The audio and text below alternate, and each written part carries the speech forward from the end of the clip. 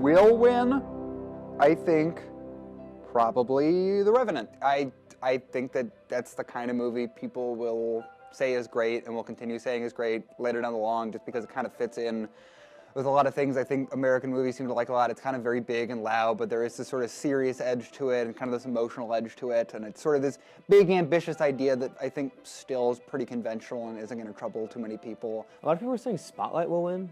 Spotlight is the kind of film that appeals to Academy voters because they especially like certain sort of like political topics, especially those that echo certain like liberal ideologies, especially when it comes to like whistleblowers and things like that. I have heard a lot of buzz about Saoirse Ronan. I think the general consensus right now is that Brie Larson is a very strong favorite to win for Room.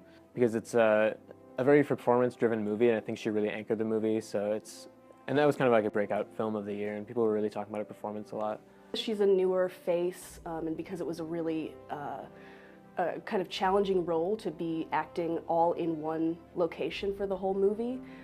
Maybe the year of the monkey, but I think it might be the year of Leo DiCaprio, the lion. I think this is going to be it. I'm optimistic that this is going to be the time that's going to do it for him. Put your bottom dollar on Leo. He has played so many of these like really meaty roles recently, mostly in some Martin Scorsese films, but now in this Iñárritu film. And I think there's just finally like critical mass that like he is the great actor of our generation. What do I have to say about the lack of diversity in the Oscars? I think it's a problem, and personally someone who would enjoy going into the entertainment industry, I do find it discouraging that narratives like mine are not as openly shared. And not only narratives like mine, but I think the wide variety of narratives that can be shared in many communities of color and sexual orientation and other gender identities.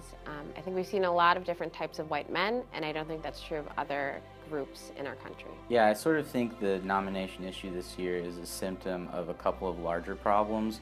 One is that Oscar membership and guild membership more broadly in Hollywood is inherently conservative. But yeah, I'm excited to see how host Chris Rock is going to handle it. I think he's definitely going to make the audience members squirm when he is joking around on stage and hosting, so that should be fun to watch.